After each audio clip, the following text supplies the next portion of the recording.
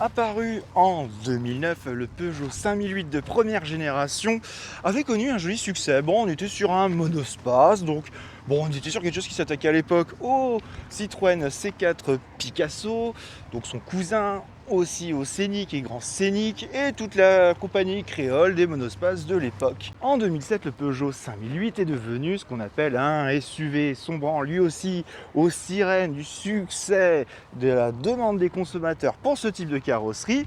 Alors c'était le grand frère du 3008 avec ses 7 places, et puis il a vécu son petit bonhomme de chemin comme ça, alors dans l'ombre du 3008, mais il a quand même eu son joli succès. Et bien voici la nouvelle génération de Peugeot 5008. Alors 5008 certes, mais ici en version i5008 parce qu'il est électrique. Sous le capot du nouveau venu, eh bien, il y a différents types de motorisation. Donc déjà aujourd'hui, ce qu'on essaie, c'est une version électrique avec un moteur de 210 chevaux pour une autonomie aux alentours de 680 km, voire même un peu moins. Je mettrai une petite astérix en bas, il me semble que c'est 660.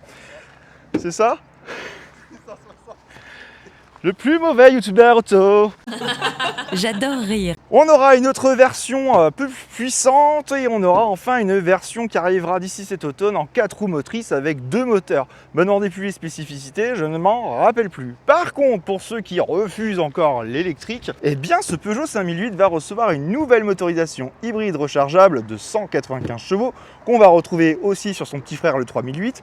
Mais surtout, on va retrouver celle-là, je vous jure qu'on l'essayera, la version 136 chevaux. Alors, on finit vite fait avec les caractéristiques techniques de la voiture avant de passer au design. Moi, on est quand même sur un bébé, pour cette version électrique, de 2100 kg.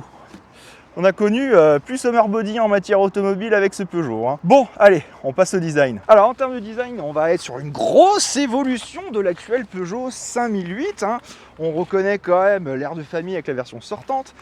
Bon, alors l'avant, on va aller rapidement, hein, parce que finalement, eh ben, c'est la face avant du 3008. Alors, c'est normal, vous allez me dire, puisque le premier 5008 était déjà une variation du 3008, le deuxième reprenait intégralement sa face avant.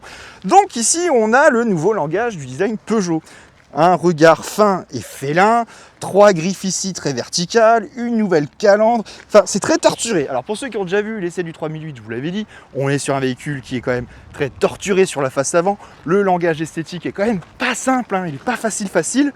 Alors on retrouve ici l'écriture 5008, une espèce de bosselage ici, cette lame noire là, le nouveau logo blason sur le Peugeot 5008 qui est quand même une jolie réussite. Voilà, on sent un relief autour du blason, c'est très joliment fait, hein. Le spoiler ici est vraiment très bien fait avec les touches d'argenté. Moi toujours, ce que je n'aime toujours pas sur ce 3008, sur ce 5008, c'est cet élément noir, je trouve qu'il n'apporte toujours rien au design de la voiture. Donc au niveau du profil, pas beaucoup de changements non plus. Wow, je fais du moonwalk tellement il est long. 4,79 m, on approche des 4,80 m et je crois de mémoire c'est plus d'une vingtaine de centimètres de plus. Le vitrage, c'est l'ancien Peugeot 5008. Oh, j'ai l'impression d'être Evelyne Delia. Il va faire pas beau à Nice. Là en Suède, on est bien.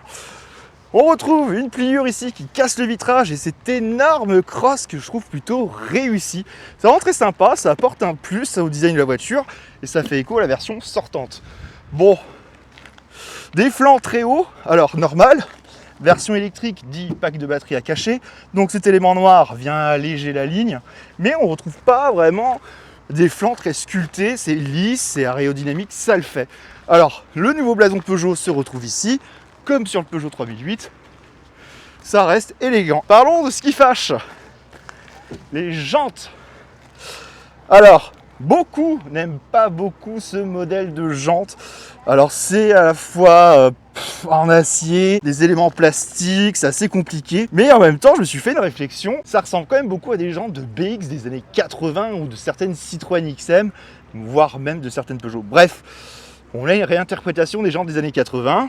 Chacun est libre de penser ce qu'il veut, mais il y aura heureusement d'autres modèles. Et puis on est sur une version GT, le haut de gamme. Au niveau de l'arrière, eh bien, on reprend les bases du Peugeot 3008, mais alors merci Peugeot, on a enfin une face arrière beaucoup plus agréable, beaucoup plus harmonieuse. On a finalement plus le profil fastback, mais on a un haillon plus classique, alors qui reprend les gros codes du Peugeot 3008. Je sais même pas si c'est vraiment le même haillon. J'ai l'impression que c'est plus atténué que sur le 3008. Et on a surtout un pare-brise qui enveloppe vraiment jusqu'au montant-C de la voiture. Donc ça reste hyper agréable. On retrouve la crosse qui descend sur le côté et qui rejoint notre haillon. Les fameux feux du 3008 qu'on retrouve ici. Donc tout le reste, c'est vraiment le design du 3008. Rien à dire, le Peugeot i5008 s'affiche ici. On n'a plus le logo puisque aujourd'hui les constructeurs font cette espèce de flat design. Donc on a le nom de la marque en toutes lettres. Bon, ça marche, on en a suivi plusieurs déjà depuis qu'on roule et ça fait carrément le job. Alors là, on est le matin, donc deuxième jour, donc plus la même tenue, excusez-moi, il faisait chaud, bref, on s'en fout. Et je vais vous montrer maintenant l'intérieur du Peugeot i5008. Alors, pas une grande surprise, hein, pas de réelle nouveauté, puisque finalement, à bord, c'est surtout l'intérieur du 3008. Et voici donc l'intérieur de ce Peugeot i5008. Donc on retrouve toute la planche de bord du Peugeot 3008. L'air de famille est conservé, hein, comme sur la précédente génération. Donc on retrouve quand même de beaux éléments de décoration à bord, hein. Enfin, on a typiquement cette décoration avec le tissu là qui est très joli. Comme toutes les voitures d'aujourd'hui, eh bien on retrouve du black piano. Alors là, je sais pas si on le voit bien, mais en tout cas c'est déjà bien rayé. C'est un peu le souci. Et ça touche pas que le Peugeot, hein. Je vous arrête tout de suite les anti-Peugeot. Ça touche aussi de nombreuses voitures d'autres marques. Voilà, petit POV de moi au volant de ce Peugeot i5008. Alors attendez, je vais fermer la portière pour être un peu plus dans le silence. Vous voyez là, on a une immersion. Je vous propose une immersion à bord de ce 5008. Alors, petit volant, hein, caractéristique des Peugeot avec le e-cockpit, donc dalle flottante de 22 pouces. Sinon, sur les entrées de gamme, ce sera 2 écrans séparés, je crois pour un ensemble de 20 pouces, hein, c'est pas énorme. Bon, on est sur quelque chose quand même de quali. Là, on démarre ici. Il est parti sans me laisser les clés. Bah oui, il m'a pas laissé les clés. Je vais rallumer les clés après. Ça, c'est vraiment l'histoire de ma vie en ce moment. A few moments later. On retrouve les e-toggles ici, donc tout ce qu'il faut pour les raccourcis de l'écran. Alors, premier défaut, alors si la qualité de fabrication est au rendez-vous, les matériaux sont un peu durs, mais quand même flatteurs à l'œil, eh ben, j'aime pas trop ce truc là. Déjà du 3008, je vous l'avais dit. En fait, quand c'est là, et que tu conduis, c'est un peu éloigné. Et la dalle, elle est très bien pour être avec le conducteur, pour être accessible. Hein, vous voyez, j'ai pas de problème. Par contre, quand on est passager, c'est un peu plus compliqué. En fait, ça fait loin, quoi. J'essaye de simuler le truc, mais l'écran est loin. Bon, heureusement, on a les toggles quand même. Mais on a une jolie qualité de finition à bord. C'est vraiment très propre. Là, on a le rangement. Voilà, avec de la place. On peut poser son téléphone sans souci. Le chargeur de téléphone est ici. Bon, vous le connaissez déjà si vous avez regardé ma vidéo sur le 3008. Hein, ce n'est pas une surprise. On a tout ce qu'il faut. Donc là, on retrouve tout ce qui va être éclairage d'ambiance à l'intérieur, hein, qui est paramétrable. Alors, petit grief quand même, parce que cette partie-là, je sais que je vous la montre pas souvent, mais ici, le plastique est quand même pas de très bonne qualité. Hein. C'est quand même pas très incroyable au niveau de la finition. Après, c'est bien fini quand même, hein. C'est flatteur à l'œil et tout, il n'y a pas de souci. Là, on retrouve aussi un rangement qui est réfrigéré, qui est quand même de bonne contenance, hein. Assez identique au 3008. Donc non, on est pas mal à l'intérieur. Alors, on retrouve les principaux défauts du 3008 aussi, hein, donc pas de surprise. Là, le sélecteur de vitesse, je trouve toujours aussi mal placé. Là, on a le drive mode. En fait, pour moi, j'aurais échangé, mais bon, c'est pas... Voilà. Là, les boutons, c'est pas tactile, hein, c'est des vrais boutons en forme de boutons. Voilà ce que je pouvais vous dire un peu de l'intérieur. Je vous laisse un peu profiter de la voiture. Voilà tout simplement ce qu'on pouvait dire. J'aime bien aussi ce rétroviseur. Bonjour. Là, sans rebord. C'est joli, ça apporte une jolie finition. Le volant est très agréable au toucher. Par contre, les touches... alors là, il est éteint, mais ça fait ce bruit-là, même quand c'est activé. C'est un peu point faible. Mais sinon, moi j'aime bien, vous voyez, avec la petite touche GT ici, c'est joli, hein, c'est flatteur, c'est mi-figue mi-raisin, en fait, on retrouve tous les défauts de façon du 3008, donc on n'est pas non plus très surpris. Voilà ce que je vous disais pour l'intérieur de ce Peugeot i5008, des qualités mais aussi des défauts, et de toute façon au niveau de la liste des défauts, c'est ceux du 3008, ça reflète rien. Par contre, on va faire un petit featuring, si vous voulez bien, parce que j'ai besoin de la vie de quelqu'un d'autre. Comme moi, j'ai des a priori sur le 5008, parce que de base, le souci que j'avais, c'était le 3008 qui m'avait laissé un peu sur ma faim. Eh ben, pour découvrir ce 5008, je suis avec Pedro de PMS. PMS photographie, exactement. Voilà, n'hésitez pas à vous abonner. C'est la concurrence, mais c'est pas grave. Et donc, je voulais ton avis. Moi, j'ai pas pu essayer le 3008, donc c'est vrai que j'ai pas pu. Je l'ai déjà eu aperçu de près. Personnellement, j'aime bien, j'ai l'impression d'être le seul à bien l'aimer. Ouais. Mais c'est vrai, là, il faut se le dire, là, le 5008, il est beaucoup plus harmonieux. Au niveau de l'arrière, toute cette partie arrière qui est un peu plus fine, qui est mieux, je sais pas, c'est mieux dessiné, c'est Ouais. beaucoup plus fluide, c'est mieux proportionné. Et c'est vrai que ça rend beaucoup mieux que le 3008. Au niveau de l'intérieur, ben, du coup, je l'ai découvert aussi là avec ce 5008. Ouais. Et ouais, il y a un effet waouh. On est donc à l'arrière du Peugeot i5008. Alors, moi déjà j'ai de la place parce que la banquette est reculée au maximum, mais je peux l'avancer selon les besoins des passagers qui seront derrière. On retrouve des aumônières, on a l'accès à la clim, on a un peu de touche, et je crois qu'on a... Ouais, on a des chargeurs USB-C, je vous montrerai ça. On profite aussi du toit panoramique vitré, et surtout, comble du chic, ah mince, on peut régler le dossier. On peut être vraiment bien incliné, hein, on peut être vraiment bien à l'arrière. Le point très fort sur ce Peugeot i5008, c'est donc l'accès aux 7 places qui se veut plus confortable. Alors si moi non plus j'ai pas écouté comment il fallait faire, ok c'est pas comme ça. Ne me dis rien. One eternity later. Ah oui ok, faut vraiment être bon des deux mains. Allez je me lance à l'abordage des places arrière. Ouais si on fait plus d'1m80 ça va être compliqué. Bah, on n'est pas trop mal à l'arrière, hein. Les adultes seront bien. Enfin, je dis ça parce que je sais pas le siège à l'avant. Attends, je vais te le ramener, tu vas voir. Ah Ah ouais. Peut-être que je te l'avance. Bah en fait, non mais si je suis en configuration avec de la place, bah ouais, en fait j'ai plus de jambes quoi. Bon, ça va, on a quand même des porte-gobelets, un accoudoir, une petite vitre pour pas se sentir non plus trop en prison. Mais effectivement, j'ai pas de place pour mes pieds, hein. Je mange l'autre siège. Là, je suis fichu. Je suis emprisonné.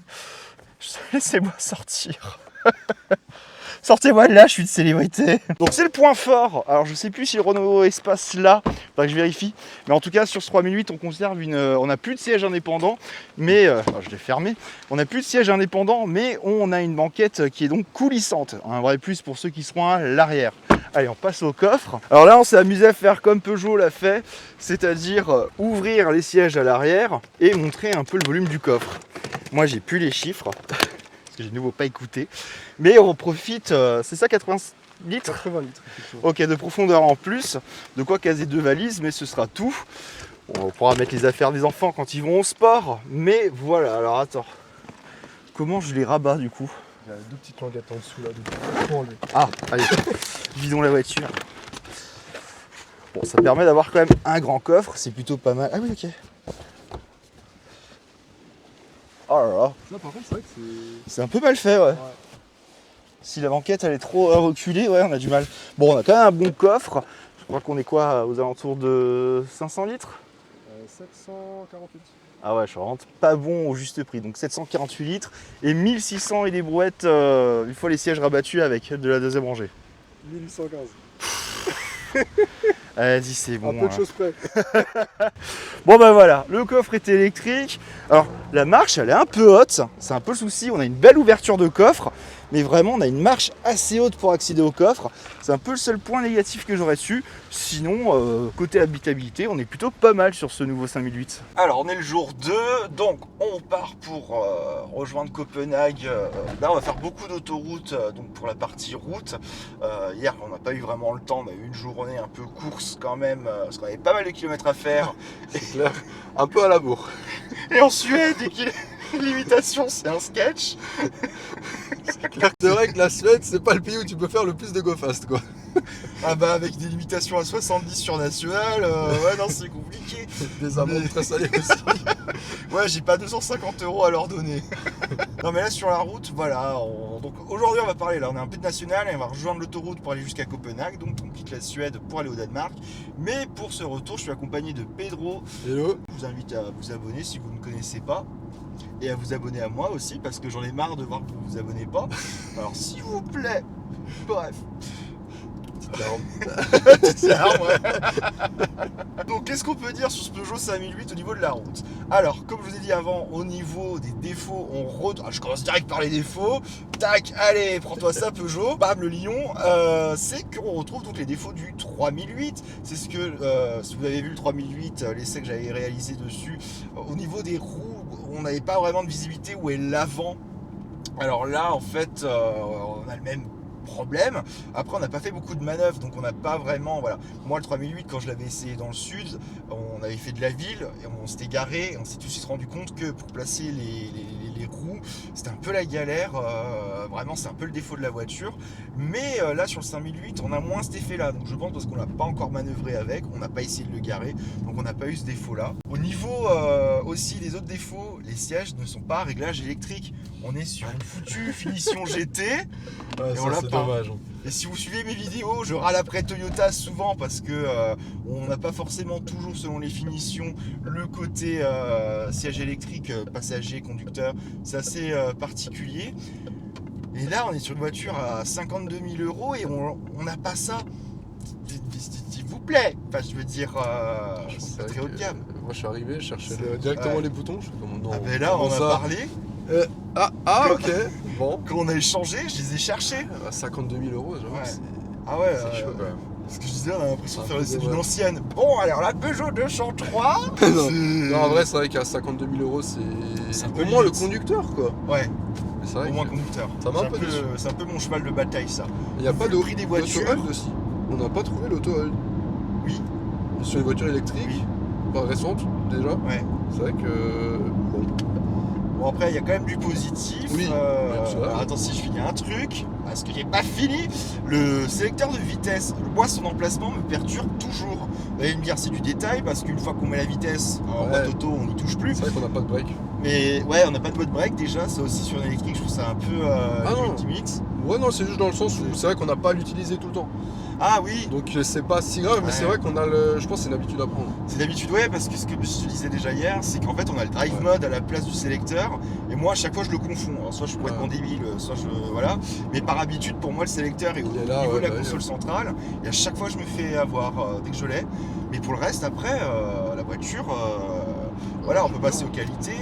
Alors certes, on n'est pas sur la voiture la plus dynamique de la gamme Peugeot. Enfin là, voilà, le 3008 avait déjà été sous le feu des critiques. Par manque de dynamisme, on n'a plus le toucher Peugeot. Et je trouve que DS garde plus le toucher Peugeot que le Lion. Mais on est quand même sur une bonne voiture. Honnêtement, j'avais eu pas mal d'a priori quand j'ai eu le 3008. Et là, j'avais des doutes sur vraiment les qualités de la voiture. Et finalement, j'ai l'impression que le 3008 soufflait le chaud et le froid. Et le 5008, Ouais. il jouerait la nuit. Bah moi, comme je t'ai dit, j'avais pas essayé le 3008. Donc là, j'ai découvert donc, cette interface, cet intérieur qui est, moi je trouve très très joli. Il y a vraiment un effet waouh avec ce 5008. Et au niveau de la conduite, personnellement, sur le peu qu'on a fait, parce que c'est vrai qu'on n'a pas réellement pu Non. faire de conduite dynamique, eh bien je trouve que c'est vraiment une bonne voiture à conduire, quoi. Elle est très agréable, confortable, Honnêtement, ouais. bien insonorisée, etc. Oui, l'insonorisation Et est bonne. c'est vrai que pour une famille, du coup, Non, c'est bien. nickel. Ouais, c'est vraiment bien. Parce que à l'arrière, j'avais vraiment de la place, j'étais bien. Un petit En tour plus, derrière. ouais, en plus j'ai pu bosser, j'ai dû faire un truc avec le PC, j'ai pu m'installer à l'arrière. Alors oui, il n'y a pas les tablettes de navigation, je sais plus comment ça s'appelle, d'aviateur, comme il y avait sur l'ancien oui, oui. 5008. Bon, voilà, j'avais le PC sur les genoux, mais je manquais pas de place, j'étais à l'aise. Le coffre, il est quand même une belle contenance. La troisième rangée servira vraiment à des enfants, mais au niveau de la conduite, alors peut-être les freins qui manquent un peu de mordant. C'est vrai que le feeling du frein est assez particulier. C'est ouais. En fait, il y a la première partie qui est très légère, du coup on sait pas trop où Ouais. on va, et dès qu'on appuie un peu trop, hop là. Ouais, c'est ça. C'est une habitude à prendre aussi, je pense. Je pense, ouais. Mais c'est vrai que c'est assez particulier, j'ai pas trop aimé sur le coup, ça fait pas très safe. Ouais. T'as l'impression qu'il manque vraiment, et surtout ouais, vu ouais. du poids, Ouais. 2200 kg. Par contre, ça freine quand même. Ouais, ça freine, ouais. Après, au niveau des consommations, on est sur quelque chose qui est vraiment bien. On est sur du 15 kW en moyenne. Hier, on Ouais. était à peu près. Là, sur autoroute, je suis à 16. C'est. Pendant spontané, c'est t'es à correct. combien par exemple là Je suis à 24. À 116. Après, il y a un petit faux plat là. Ouais. Oh là là. Par contre, il est bien géré. Nul. Le Drive Assist, c'est la première fois que je l'essaye chez Peugeot. Ouais, il est Parce bon. que j'avais essayé la 308 à l'époque, mais je pense que ça a évolué depuis. Oui. Et il est vraiment pas mal. Et là, du coup, Ouais, avec régulateur à 110, quand tu laisses faire la voiture, on est à 14. mais c'est très peu. Hein. Ouais, c'est très peu. Là, on monte à... Ah, non, à 15. Ouais, non, Ouais, ouais, c'est- on va dire 16. Ouais, on va tourner aux alentours de 16. Ouais, c'est ça pas va, hein. déconnant pour moi, je trouve ça correct. Non, Vu c'est- la taille du bovin, voilà. Bon, après, Ouais. on n'est pas chargé. Ça C'est aussi. vrai que là, on a 2 dans la voiture, on a quelques affaires. Ouais. On n'est pas à 5 C'est- avec des valises, etc.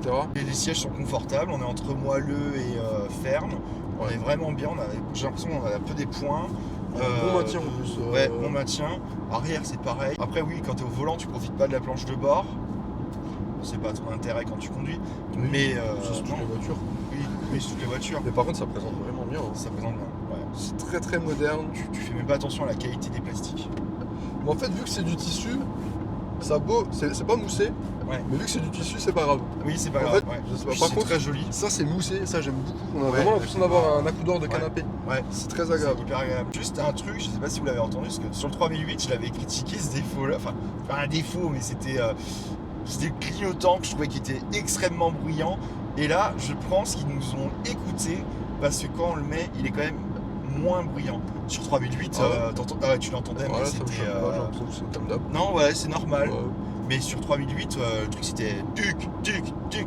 C'est. Ça c'était pas des pré-séries C'est Non, non, C'était c'était le le modèle, modèle final et on nous avait dit non, ça avait été fait, voilà, ça avait été travaillé, machin.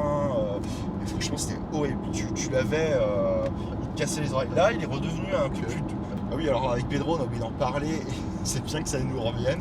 Il y a le frein régénératif sur la voiture. Sur 3 niveaux. Ouais, sur 3 niveaux avec les palettes. Si vous voulez parler, vas-y. Hein. Non, non, non, vas-y, pardon, On je est t'ai en coupé, démocratie. Non, vas-y, excuse-moi.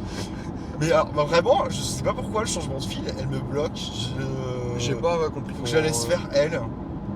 Très très bizarre. En fait, il redemande une confirmation. Alors, est-ce qu'il faut appuyer sur le bouton Je OK sais pas, attends. A few moments later. Ok, il faut Ah, valider, il ok. faut valider. Ok. Bon, il le fait pas tout de suite tout seul. Je vais tenter un truc parce que ça, c'est DS, j'ai le même problème. C'est quand elle détecte que je dépasse, elle freine. Non, elle détecte pas l'obstacle, elle a bien compris qu'il était pas sur Ok, la voie. ouais, je vois. Pour elle, t'étais encore sur la Ouais, file de droite. Ok, Quand ouais. je dépasse, ouais, Ah, ça, j'ai ça m'a jamais fait eu, sur ça. DS3 et DS4, où quand je dépasse avec le régulateur et toutes les ADAS, en fait, elle m'en empêche. Par contre, c'est super smooth, hein. Et elle freine. C'est super smooth le décalage. C'est tout doux, hein. Franchement, non, c'est très chouette. C'est ça qu'on voulait vous dire, c'est qu'on a 3 niveaux de frein régénératifs sur la voiture, et ça passe par des petites palettes derrière le volant qui sont pas forcément très accessibles. Ouais, Et j'ai pour les pas petites souvenir, mains. Ouais. Moi, Enfin, moi, je l'ai vraiment. Bah, j'ai des grandes mains, mais je l'ai vraiment pile poil quoi. Ouais, moi je. Bon, les mains non plus énormes, mais oui, il est un peu loin. Après, c'est parce qu'on utilise tout le temps non plus, c'est pas comme si on passait Ouais. les rapports. Mais c'est vrai qu'on aurait aimé qu'elle soit un poil plus Ouais. grande quoi. Ben, hier, on l'a essayé et c'est vrai que ça arrête la voiture. Ah oui, c'est fort. Hein. Ouais, c'est fort. ouais, au niveau Après, max. à la fin, c'est doux et ça s'arrête. Ça, c'est quand même un bon point là-dessus. Ah, ça s'arrête. Ouais, c'est arrêté. Ah, je pensais que t'avais. C'est parce que Non, t'avais le non. régulateur adaptatif. Ok, ça s'arrête. Ouais, non, ça s'est Ok, arrêté, ouais. bon, c'est bien alors ça. Non, va. je l'avais pas. Non, c'était en ville, je l'avais Ok. pas. Et elle s'est arrêtée. Non, elle est très agréable sur autoroute. Hein. Je pense que tu peux faire de la route avec. Et là, sans c'est aucun super souci. confort, tu vois. On s'entend bien Ouais. parler. Il y a un peu de bruit de roulement, mais c'est logique, tu vois. C'est Mais logique, c'est très ouais. discret. Il n'y a pas de bruit de vent au niveau des rétros. Non, c'est très bien insonorisé. Est-ce qu'on a du double? Je pense. Non. Non. Même pas. Ah ouais. Franchement, C'est- bien. ouais, je pense que c'est aussi le côté de l'électrique. Ouais. Puis même le toit panoramique vitré, il est énorme, Ouais. il est hyper agréable. Non, c'est une bonne voiture, franchement, bonne surprise. Je pense que là, Peugeot a tapé un très bon coup. Après, est-ce que. Bon, après, je pense que c'est les lois qui vont faire que la voiture se vende. Ouais, parce qu'en prix comptant, Ouais, 52 000, Ça pique un peu. Ça pique un peu. après c'est une voiture électrique. Et par contre, elle Oui. propose une grande autonomie aussi. Oui, oui. Donc, Oui, parce qu'au début de la vidéo, je vous ai dit, donc là c'est la 210 chevaux, on a une version intermédiaire et on a la double moteur. Donc la version intermédiaire va faire 230 chevaux, c'est ça, et donc en fin d'année, on va avoir une version bimoteur de 320. 320 chevaux, ouais. Ouais, en C'est traction ça. motrice du coup. 4 roues motrices. Ouais. Ça va envoyer, je pense quand même. Je pense que ça va envoyer. Je pense que c'est vraiment la version qu'il faut parce que là, on va enfin pouvoir parler des performances. On n'est pas Après, sur quelque chose de très. Ouais. Il faut que le châssis suive. Oui, il faut que le châssis suive. Mais je pense quand même, parce que c'est un châssis qui va se retrouver sur pas mal de marques, dont Alfa Romeo. Et je pense qu'il y a un. Voilà, il faut un truc, on va pas se mentir, il faut Un truc, ouais, faut quand même qu'il soit un peu dynamique. Côté performance, bon, les 210 chevaux sont présents, mais le poids de la voiture fait que il manque un truc. Hein. On est quand même un peu. C'est pas un foudre de guerre. Pas un foudre de guerre. Mais ça fait le travail quand même. Oui, ce sera pas ce qu'on va ça lui se demander. traîne pas non plus. Quoi. Non.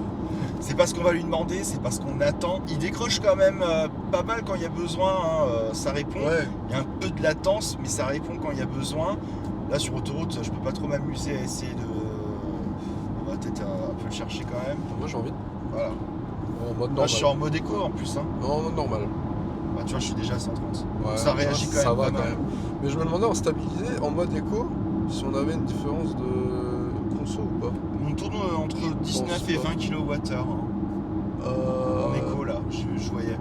Là t'es pas en éco là. Hein. Je suis pas en éco? Non, non. Si, je suis en éco. Là t'es en normal, là maintenant t'es en éco. Tu regardes à chaque fois ça, c'est le contour. Ah putain. Ah punaise, oui. Parce que c'est vraiment le mode sport qui a les 210 chevaux. Ouais, ça part. Ça part quoi. Ouais, non, en vrai ça va. Hein. Ah. Tu sais combien il y a de chevaux en mode normal éco? Je sais pas, faut qu'on regarde. Je pense qu'effectivement il y a moins. Il y a moins. Mais là les 210, ouais, non, au final ça va bien. Non, ça hein. va bien, ouais. Dynamique, voilà, on reste un peu sur notre fin, mais ça part quand même. Et on verra bien, de toute façon, voilà, faudra faire un essai plus poussé, parce que là, avec les limitations suédoises et le montant des amendes, comment vous dire, Qu'on n'a pas trop envie. on n'a pas envie, on respecte. Même les Suédois respectent absolument les C'est limitations. vrai que je pense que c'est un des, Seul un des pays, pays ouais. le plus calé vis-à-vis de ça. Ah ouais, c'est carré, c'est droit, c'est... Le truc scandinave, c'est incroyable. Ça et la rhubarbe. Ça, tu l'as retenu la rhubarbe. J'adore la rhubarbe. On est tous les deux alsaciens, j'ai grandi moi avec la rhubarbe, j'adore vrai ça. Donc, enfin, voilà, quand t'as une mère grande alsacienne, bière. bram, la rhubarbe. C'est vrai que. La déviation du sujet. Donc voilà ce qu'on pouvait dire. Allez, on s'arrête sur la rhubarbe, sur la dynamique de la voiture. Non, bonne surprise, honnêtement. Non, c'est rigolo parce que je trouve que le 5008 est plus agréable que le 3008. Donc il faudra qu'à la rentrée, je fasse un tour en 3008 parce que. Est-ce que j'ai été mauvais? Je sais pas. J'ai trouvé la voiture. Je pense pas parce que t'es pas le seul. Hein. Je suis pas tout seul. Je suis pas tout seul. Et là, comme on en discutait avec les autres, on a tous le même retour. Le 5008 est mieux que le 3008. Mais je pense que c'est l'empattement. C'est la je longueur. pense, Je que c'est pense que l'empattement. ça joue, Ouais. ça joue quand même. Je pense que ça doit plus. Ou alors ils ont grâce, je sais retravaillé pas. ça aussi. Suite au retour, ça sera encore mieux. Enfin, Ah, très c'est bien. possible, hein. Parce que du coup, ça voudrait dire qu'ils vont améliorer le 3008 aussi. Ouais. Donc, C'est. je l'espère pour eux, du moins. Ouais, ouais, on espère. Parce que là, ouais. Je comprends pas bien, mais oui. C'est le 3008 en mieux. Voilà. Est-ce que ce serait pas le nouveau 3008? Franchement, ouais. Je pense. Parce qu'il y a 2000 € d'écart, c'est pas grand chose. Non, c'est pas énorme. Alors certes, par contre, voilà, faut pouvoir garer cette. Oui. Voilà, il y a quoi? Il y a 20 cm de plus Ouais. que le 3008? Non, 3008 c'est plus. Ouais, bref, il est plus grand quoi. Ouais, il est plus grand. Donc faut pouvoir le garer. Si on peut, moi je partirais plus sur le 5008 directement Ouais. que sur le 3008. Ouais, Après, c'est vrai franchement, qu'il y a cette petite ligne de coupé qu'on peut plus apprécier sur le 3008. C'est ce que je t'expliquais Mais, sur le 3008 pour moi. Au niveau du design, on a l'impression que personne s'est concerté. On a une face avant qui va pas avec l'arrière qui va pas avec le milieu. En fait, il n'y a aucune partie qui va ensemble, je trouve. Enfin, avis perso. J'ai Hein. vraiment l'impression d'être tout seul à l'apprécier. Et moi, je sais que je vais me faire défoncer par Peugeot. Ah ouais, t'as dit ça? Ah ouais. Ah, on était en télétravail, donc on sait pas. Non, des voitures qui donnent pas l'impression d'être harmonieuses, il y en a plein. Mais là, les 3008, c'est quand même un bon exemple de le télétravail. Des fois, ça n'a pas que du bon. Hein. Mec de droite. Moi je l'aime bien. Moi je la trouve jolie. Mais oui. C'est qu'on arrive sur la conclusion, mais non, mais finalement, je trouve que le Par contre- 5008 est plus joli. Ouais, oui, par contre, oui, clairement. Beaucoup plus joli, Ouais. plus harmonieux. On a l'impression qu'ils ont d'abord dessiné le 5008 et après ils ont fait le 3008. Ouais. En disant merde, qu'est-ce qu'on fait? Allez, on va Faut le couper. raccourcir un peu, ouais. On va Faut faire un couper net. fastback. J'aime bien les voitures fastback parce que bon, de toute façon c'est la mode aujourd'hui, tout le monde veut faire des voitures fastback. Mais voilà, moi ça passe pas le 3008. Alors vraiment j'appréciais vraiment le précédent. Genre vraiment en termes de design, Ouais. c'était vraiment un très. Alors, ça reste un C'était SUV, hein, vraiment, mais c'était joli, c'était équilibré, c'était fin quand même. Et là le nouveau, c'est un peu. Mais C'est non. lourd. Ouais, c'est lourd, ouais. C'est lourd, c'est vrai qu'il est Trop torturé. Mais bon. Là, je trouve que là, le 5008, je sais pas si c'est fait du format un peu familial et tout, mais je le trouve beaucoup moins torturé. Pourtant, on retrouve les éléments principaux du 3008, mais je préfère le 5008. Alors, en termes de conclusion, on va la faire parce qu'on n'aura pas le temps au volant pour changer. Et ben, c'est une bonne surprise, vraiment. J'ai vraiment apprécié cette voiture.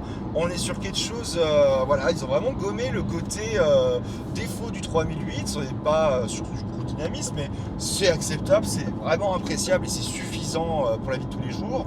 Voiture un peu lourde, manque de mordant du freinage. Bon, ça reste quand même une bonne bagnole. La finition est bonne, le confort est excellent, l'espace, on est sur du grand luxe, hein, on est en plus. Ouais. Le volume du coffre, on est sur du très bon. L'accès aux places arrière est quand même pas trop compliqué. En bonne voiture, il faudra faire un test plus long pour vraiment vérifier les impressions d'aujourd'hui. Parce que là, on a eu 2 jours, mais c'est quand même pas assez. Ouais, c'est trop short. Les prix, ça va être mon gros moins. Je le trouve quand même très cher. 52 000 €, donc pas le droit au bonus et pas de siège électrique. En plus. En plus. Non, vraiment, voilà, on a des bonnes qualités. Je trouve qu'il a plus de qualité que défaut.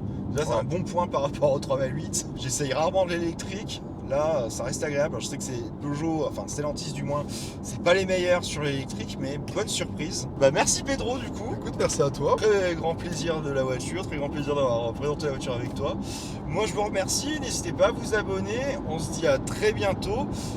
Abonnez-vous aussi à PMS. Je suis déjà vite fait au passage. Et puis on se dit à très bientôt. Salut les amis. Salut.